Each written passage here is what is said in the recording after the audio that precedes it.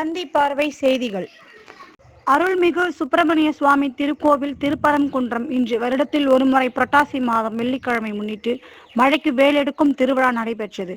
இரவு பூப்பல்லாக்கு மேல் புறப்பாடு, மனதார பிரார்த்தனை செய்து சுப்பிரமணிய சுவாமி தெய்வானை அருள்பாலித்த காட்சி.